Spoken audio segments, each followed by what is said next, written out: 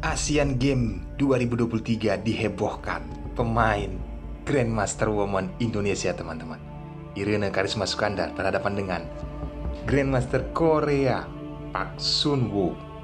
Tiki-taka serangan dilakukan oleh Irene, teman-teman. Bagaimana dia menggocek beberapa perwira dan membuat kebuntuan bagi lawannya. Langkah taktikal yang sangat cerdik ini patut kita tiru. Siapkan konsentrasi tinggi, saya akan menganalisis jalannya pertandingan sesederhana mungkin. Dan bagi teman-teman yang baru bergabung di Jari Pelawi Chess, welcome. Jangan lupa tombol subscribe dan nyalakan loncengnya. Selamat menyaksikan.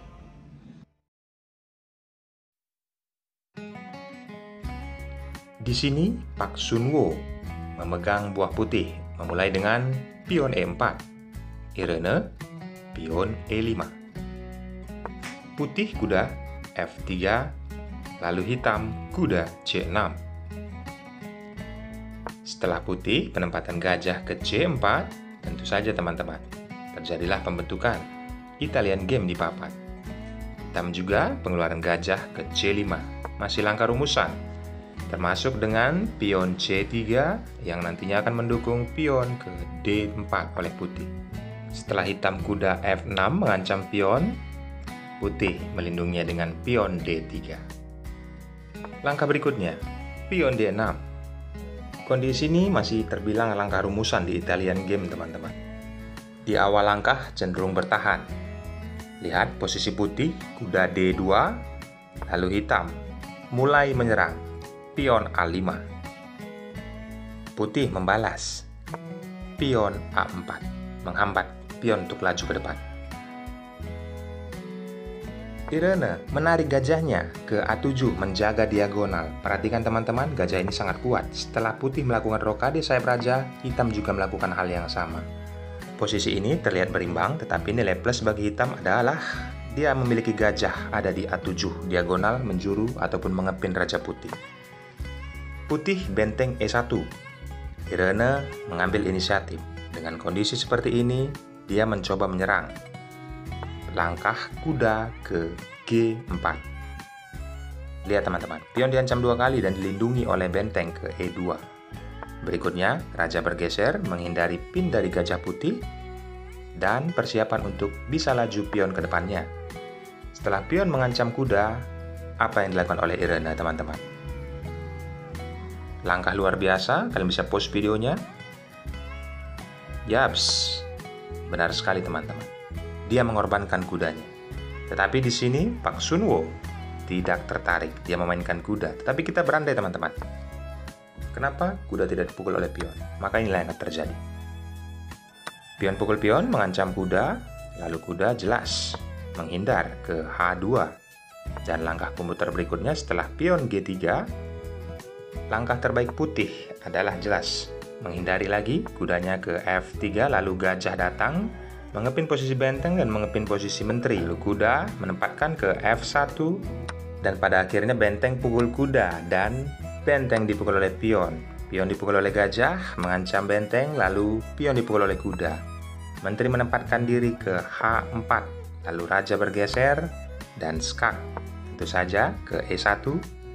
Lihat teman-teman, gajah memukul, mengorbankan diri.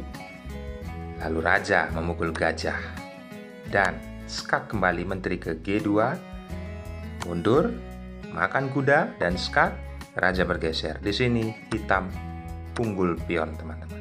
2 pion bebas di jalur H dan G sangat aktif untuk ke depan. Putih kalah dengan posisi seperti ini. Ini dilihat oleh Park Sun-woo teman-teman. Kita kembali ke partai aslinya. Maka dari itu dia tidak memukul kuda dengan pion, melainkan menempatkan kuda ke F1. Next, Irene. Dengan kondisi yang sudah berbeda, jelas dia menarik kudanya ke H6. Lalu, putih mengancam menteri dengan gajah dan menteri bergeser ke E8. Putih, pion D4 mengajak pertukaran, tetapi yang dipukul adalah pion E4. Lalu pion dipukul oleh benteng. Penempatan menteri ke G6 mengancam benteng. Di sini benteng dilindungi oleh kuda G3. Lalu hitam mengajak pertukaran kuda Dan penempatan benteng mengepin posisi menteri ditempatkan ke G4. Berikutnya, menteri ditarik kembali ke E8. Lalu, pertukaran kuda terjadi setelah gajah pukul kuda, mengancam benteng, benteng mundur ke G3. Pertukaran pion terjadi di lini center, teman-teman. Balasan dari Pak Sunwon memukulnya dengan pion kembali. Dan Irene menempatkan gajah ke E4, mengancam posisi kuda. Langkah putih menarik gajahnya ke E3. Lihat teman-teman, terjadi pertukaran perwira kembali, tapi kondisi pertahanan putih sudah sangat ambruk. Pada saat kuda ditempatkan ke E7, manuver nantinya bisa ke F5 jika memungkinkan, lalu putih penempatan gajah ke E6. Berikutnya, kuda ditempatkan ke F5 mengancam benteng, lalu sederhana, pertukaran perwira terjadi kembali.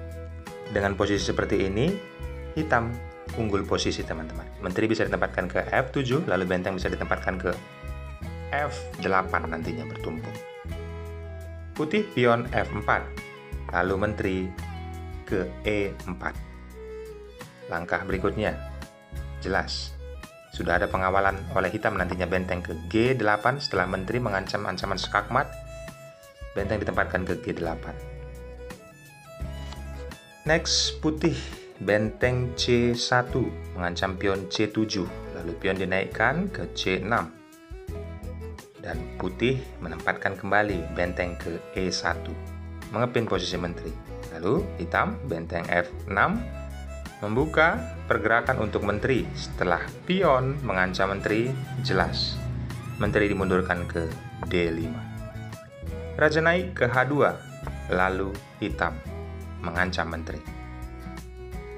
Langkah putih dengan kondisi seperti ini teman-teman. Penempatan menteri ke D7 mengancam pion yang ada di B7. Hitam mengajak pertukaran menteri, tapi di sini Pak Sunwoo menolaknya. Dia lebih memukul pion. Lalu jelas, pertukaran benteng terjadi setelah raja pukul benteng, maka inilah yang akan terjadi teman-teman. Tidak bisa gajah pukul gajah, maka dia mundur ke D2. Coba kita berandai teman-teman. Apabila ini langkah terbaik putih sebenarnya. Pion F5 mengancam menteri, menteri naik ke E5, lalu diancam kembali dan menteri ke E4. Kondisi seperti ini jelas. Langkah komputer adalah B3, menteri putih. Hitam tidak bisa berbuat banyak dengan kondisi seperti ini teman-teman. Apabila dia naikkan pion yang ada di D5, gajah mundur mengancam menteri. Dan pertukaran terjadi. Di sini, walaupun skak, mudah saja bagi putih. Dia akan menutupnya dengan menteri, dan hitam akan pukul pion yang ada di A4. Kemungkinan untuk remis bagi putih masih ada, teman-teman. Walaupun hitam unggul pion.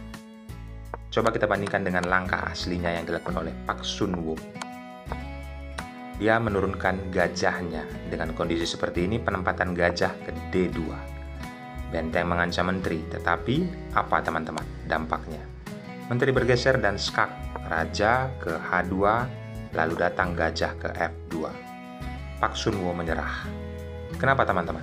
Apabila juga dilanjut, benteng berusaha menghindar, lalu skak menteri ke G3, raja ke H1 dan skakmat.